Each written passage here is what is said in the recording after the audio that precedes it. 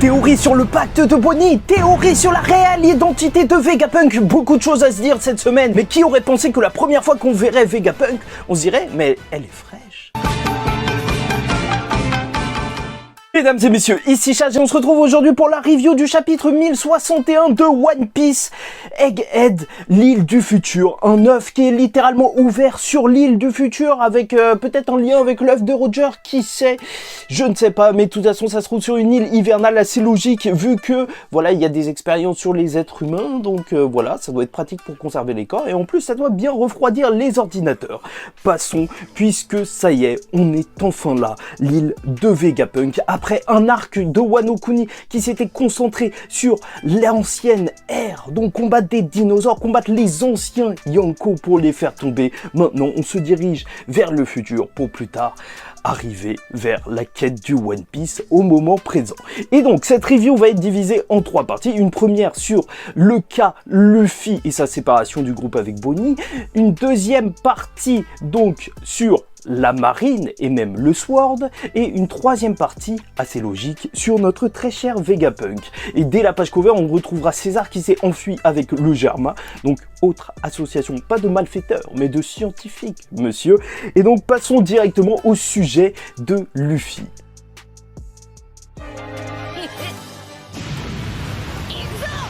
Parce que bien évidemment, la semaine dernière, on l'avait vu tenter de rattraper Choppa qui était en train de s'envoler. Et là, vu qu'il va tomber dans la mer et attraper Bonnie par la même occasion, alors Jinbei va aller les sauver. Et déjà, rien que ça, c'est juste magnifique. Jinbei est juste un prince, même pas, c'est un roi, c'est un paladin qui viendra les sauver. Et en soi, avoir un homme poisson dans un équipage sur la mer, bah, j'avoue que ça se révèle assez utile, hein. Même tous les équipages devraient avoir un homme poisson pour les secourir. Et donc, ils vont se retrouver sur l'île directement. Et déjà, Bonnie a de la chance parce qu'elle s'est pas retrouvée avec les pervers des Mugiwara, mais avec les gens qui s'en fichent qu'elle soit en train de se rhabiller. Et au final, elle est choquée d'apprendre que Jinbei a rejoint l'équipage de Luffy. Comme les autres Supernova dans leur temps, c'est vrai que c'est juste incroyable.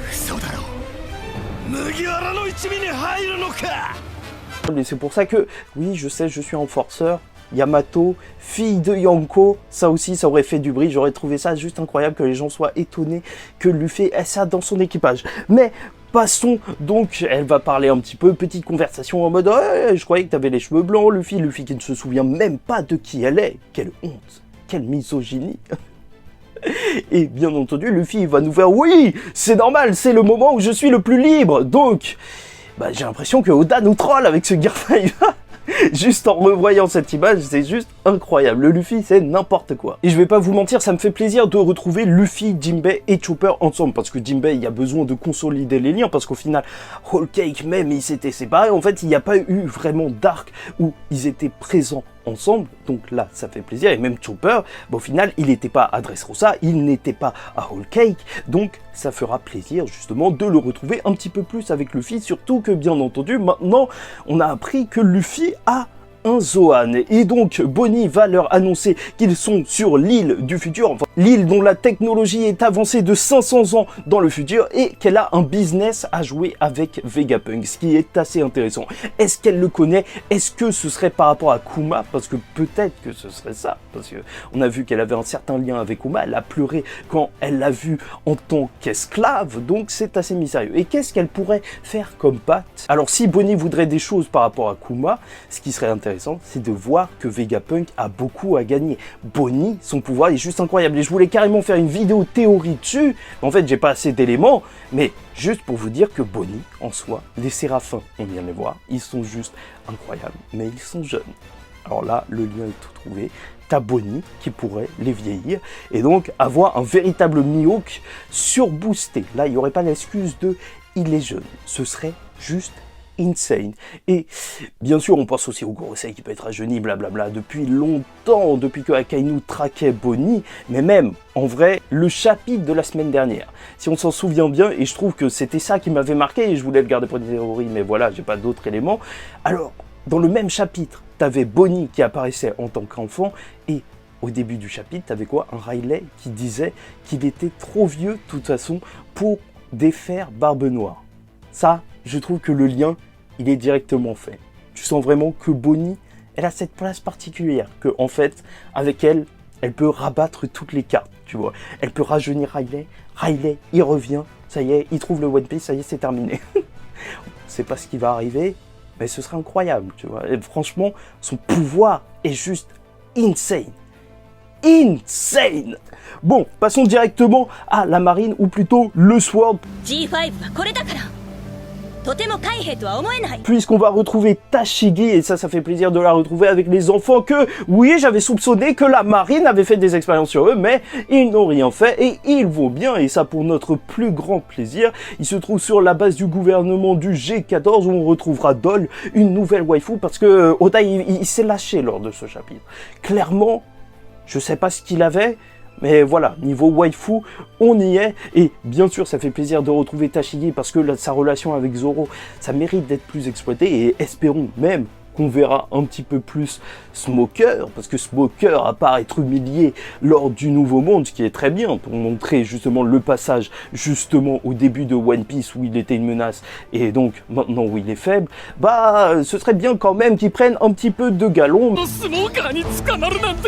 Mais surtout, on va voir l'information que El Meppo, il a appelé et il tente en fait de trouver des soutiens pour aller sauver Koby. Et c'est là qu'on va le retrouver en compagnie de Hibari, une fille qui sera probablement le love interest de Koby et qui justement en fait doit quelque chose à Koby, sûrement lié à l'incident de Rocky Port, parce qu'en fait tout le monde parle de ça, donc sûrement, je sais pas ce qui s'est passé là-bas. Donc maintenant, dès qu'on comprend pas un truc, on va dire que c'est en rapport avec Rocky Port, comme ça c'est simple. Et donc ils vont demander à Prince Grus, donc un nouveau personnage qui semble être un haut gradé du Sword, de l'aide pour aller chercher Koby chez Barbe Noire, sauf qu'il ne voudra pas, et même il tentera même d'essayer de tirer quelques séraphins, sauf que ça ne marchera pas. Ça, c'est assez intéressant de voir ce passage, sachant qu'on a Luffy aussi qui est séparé. Est-ce qu'on se dirige vers un Luffy justement qui tendrait la main à El Meppo pour aller justement aider Koby? Je ne sais pas, mais ce serait juste incroyable que justement cette bataille contre Barbe Noire commence comme ça. Bon, bref, là, passons au gros morceau, au gros sujet, le gros sujet théorique de Vegapunk. Et d'ailleurs, n'hésite pas à liker ou disliker, commenter et t'abonner, parce que chaque semaine, on parle de One Piece. Et en plus, la semaine prochaine, mercredi, il y a une vidéo énorme One Piece qui arrive sur les primes. Ça va être incroyable. Donc, bien entendu, on a vu un requin géant, un mécanique, attaquer les Mugiwara, et qui avait un numéro sur, justement, lui, puisque c'était une création de Vegapunk. Et déjà, c'est juste flippant, ça me fait plaisir de retrouver un petit peu cette vibe où la mer, elle peut être vraiment dangereuse dans le Nouveau Monde. Ça fait plaisir. Et même, il va tirer des missiles géants. Oui, c'est ça, référence aux Dents de la Mer, peut-être bien, j'ai l'impression, il y a des références filmiques aux créations de Vegapunk. Et en soi, les Mugiwara vont être sauvés par un robot géant. Parce que c'est vrai que, entre rattraper toutes les personnes qui ont des fruits du démon, et même ne pas se noyer, c'est un peu compliqué pour eux de survivre. Et en fait, ce robot géant est peut-être aussi une référence au géant de fer. Oui, beaucoup de références. Mais surtout, on voit sur lui un autre numéro de Vegapunk.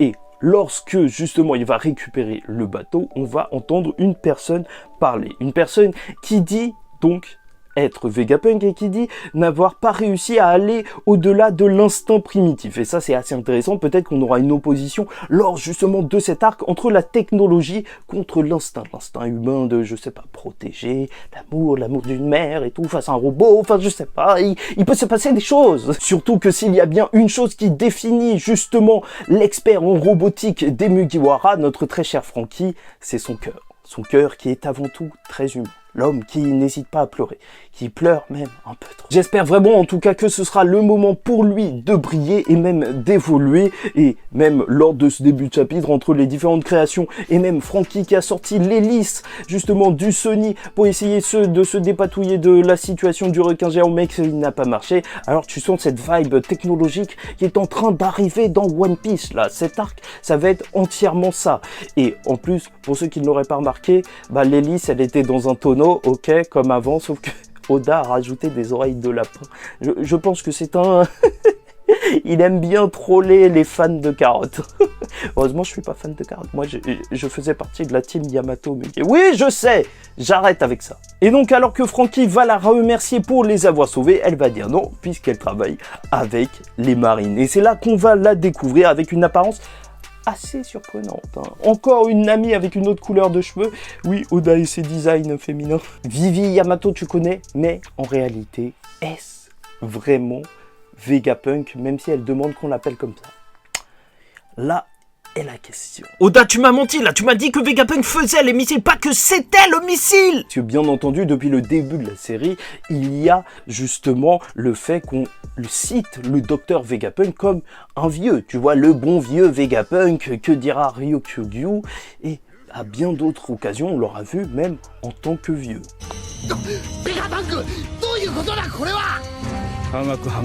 Et là où on peut douter de sa réelle identité, c'est que déjà, ce personnage a un 2 sur sa tenue, tu vois, comme les robots avec des numéros. D'ailleurs, ça fait très penser aux Germains, des humains avec des numéros sur leur tenue. Et même, il dira, ouais, malgré ma médiocrité, je travaille pour la marine, un truc du genre. Et donc, malgré ma médiocrité, c'est assez étrange, tu vois. Soit c'est une personne très très humble, Vegapunk, soit justement, cette personne se compare à Vegapunk. Et en plus, on n'a pas eu de cadre de présentation. Mais normalement, pour un personnage iconique de One Piece, il mérite son petit cadre, hein, tu connais Oda. Donc voilà, si on considère que ce n'est pas Vegapunk, alors là, on peut s'ouvrir sur plusieurs possibilités. J'en ai 3, je peux même t'en rajouter une 4e vite fait comme ça. Oui, elle nous fait une Yamato. Et voilà, elle s'identifie en Vegapunk. Ok, ça y est, ça c'est nul. On passe à autre chose. Certains diront que c'est peut-être la cuisinière de Vegapunk et je vous dirais que vous êtes mauvais. Cuisine! Mais non, ce ne sont pas ça mes pistes de théorie. J'ai donc ces 3 possibilités. C'est premièrement que son corps soit un avatar, en fait, où sa conscience à Vegapunk aurait été transférée, parce que c'est possible étant donné que à Punk Hazard, si on remet les pièces du puzzle ensemble, alors César avait tout fait exploser. Et à ce moment-là, il y avait Vegapunk.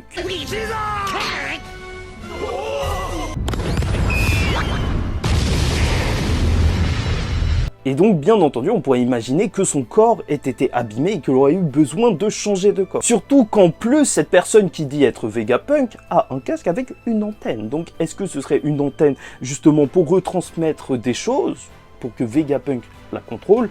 Peut-être bien. Donc, deuxième possibilité, autre justement que le deuxième Vegapunk qui serait justement une création de Vegapunk, ce serait bien entendu que ce soit sa descendance, la descendance de Vegapunk. Quelqu'un qui tenterait justement, qui se sentirait médiocre face aux créations de son père. Oui, assez logique. Là, on a passé justement l'ancienne ère avec Kaido et compagnie, on serait justement avec des problématiques liées au futur. Comment justement être à la hauteur de Vegapunk. Et pour terminer, truc un petit peu particulier auquel j'ai pensé, je me disais aussi en 3e possibilité que, en vrai, est-ce que Vegapunk c'est vraiment quelqu'un, tu vois?